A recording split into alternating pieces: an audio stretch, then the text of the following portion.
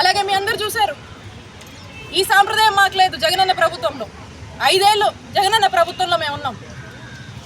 5 ఏళ్ల జగనన్న ప్రభుత్వంలో వైఎస్ఆర్ కాంగ్రెస్ పార్టీలో ఎప్పుడూ ఈ కల్చర్ లేదు.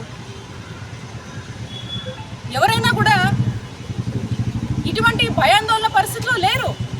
ఇలాంటి తప్పుడు కేసులు పెట్టలేదు, ఇలాంటి అరాచకాలు మేము చేయలేదు.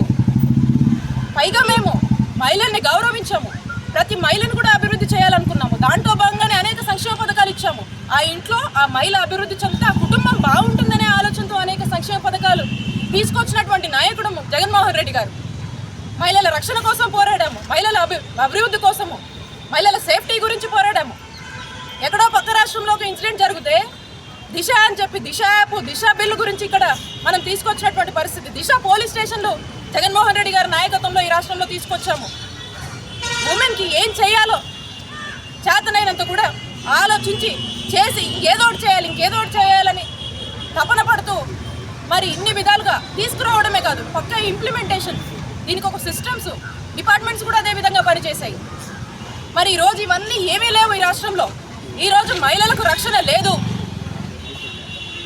ఆఖరికి ఇన్స్టిట్యూషన్స్ కూడా మహిళ అని చూడకుండా ఈ రకంగా ప్రవర్తిస్తున్నారంటే ఒక్కసారి కూటమి ప్రభుత్వము అక్కడ ఉన్నటువంటి పెద్దల ఆలోచన చెయ్యాలి. ఈ చిన్నారులో ఈ చిన్న పిల్లలని కూడా చూడకుండా ఫ్యామిలీ వాళ్ళ ఆయన చేసిన తప్పేం లేదు, వాళ్ళ ఆయన్ని కూడా అన్యాయంగా లోపల పెట్టారు. ఈ చిన్నారులను కూడా తీసుకొచ్చి పోలీస్ స్టేషన్ దగ్గర చూడండి ఎలా చేస్తున్నారు. సో కాబట్టి ప్రజలు ఇవన్నీ కూడా గమనిస్తున్నారు. కూటమి ప్రభుత్వం ఇవన్నిటికీ కూడా బాధ్యత వహించాలి. ఇవన్నీ కూడా కౌంట్ అవుతాయి, ఇవన్నీ కూడా రాష్ట్ర ప్రజలందరూ కూడా చూస్తున్నారు.